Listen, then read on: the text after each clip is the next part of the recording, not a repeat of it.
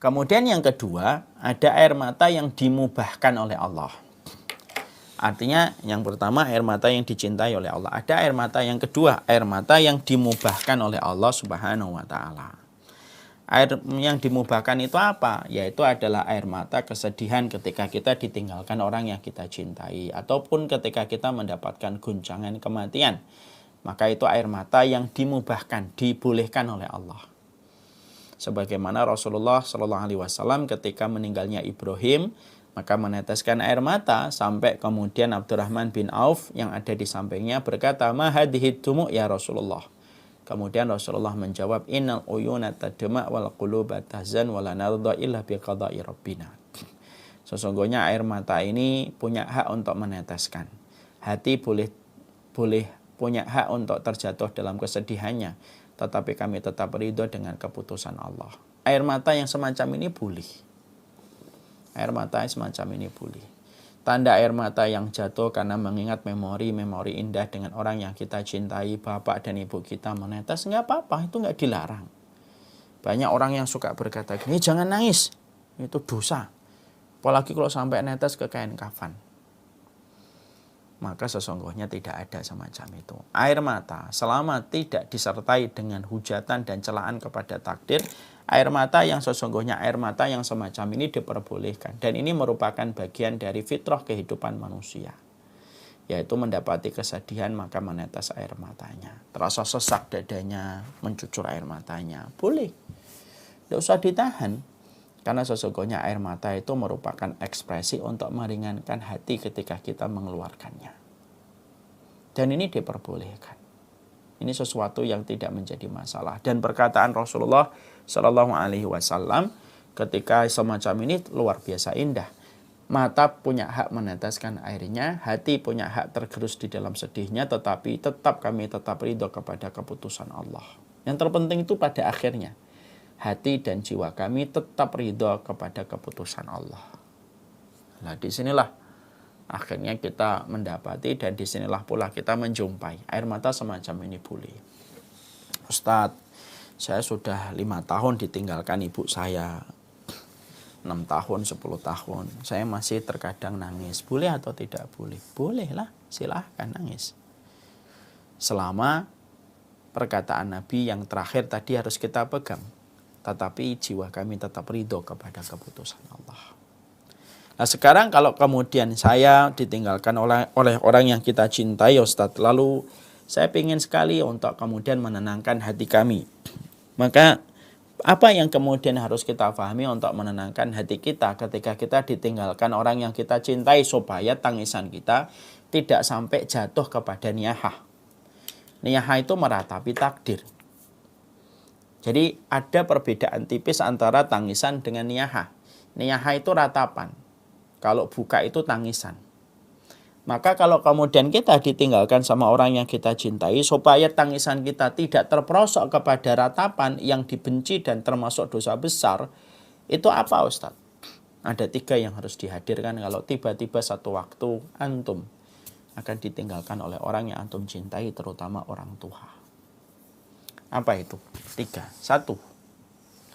Kalau tiba-tiba irisan takdir mengharuskan antum berpisah dengan orang yang antum cintai dari orang tua antum, dan itu salah satu musibah berat yang kita pasti akan hadapi dalam kehidupan. Yang pertama yang kita harus pahami adalah siapapun orang yang telah meninggal dulu dari orang yang kita cintai, kita harus paham Allah itu lebih mencintai dirinya daripada kita mencintai dirinya. Terkadang kalau kita ditinggalkan ibu, ditinggalkan bapak gitu, kita merasa bahwasanya cintanya kita kepada bapak dan ibu lebih besar daripada cintanya Allah kepada orang tua kita. Itu salah besar. Itulah yang menjadikan kita akhirnya meratap. Kenapa? Merasa bahwasanya orang tua kita itu kalau di sisi kita itu lebih nyaman daripada dia di sisi Allah. Salah. Salah besar. Salah besar. Siapapun orang yang kita cintai, orang tua kita, ataupun siapapun, cintanya Allah kepada orang tua kita itu lebih besar daripada cintanya kita kepada mereka. Dan itu harus kita betul-betul imani.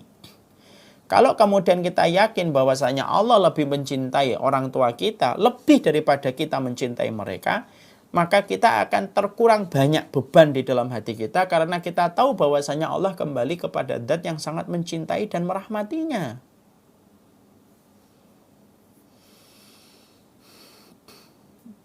Cintanya Allah sama orang tua itu sama lebih besar daripada cintanya kita sama orang tua. Dan ini untuk kita pegang supaya jangan sampai tangisan ini menjerumuskan kita kepada niyaha. Sekali lagi, tangisan dan niyaha itu, tangisan dan ratapan itu batasannya tipis, betul. Ini kalau kita tidak buat jeda anak tangga 3 ini, maka sangat besar kemungkinan tangisan kita itu menjerumuskan kita kepada niyaha, kepada ratapan.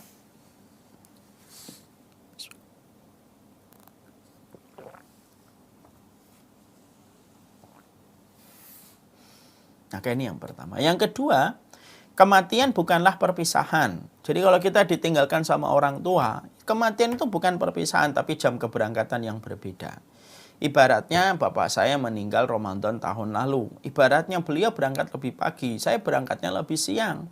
Tapi kalau tujuan kita tahu bersama selama kita hidup di dunia, tujuan kita sama, yaitu menuju kepada ridhanya Allah, maka kita hanya dipisahkan dengan jam keberangkatan, tetapi pasti kita akan bertemu kembali ketika tujuan kita sama. Banyak sekali tulisan itu yang mengatakan kematian itu perpisahan. Kematian mah bukan perpisahan. Itulah yang menjadikan kita terkadang akhirnya suka menggugat takdir. Karena apa? Menganggap bahwasanya kematian itu perpisahan. Kematian itu dijelaskan para ulama bukan perpisahan. Kematian itu hanyalah jarak keberangkatan, jam keberangkatan yang berbeda.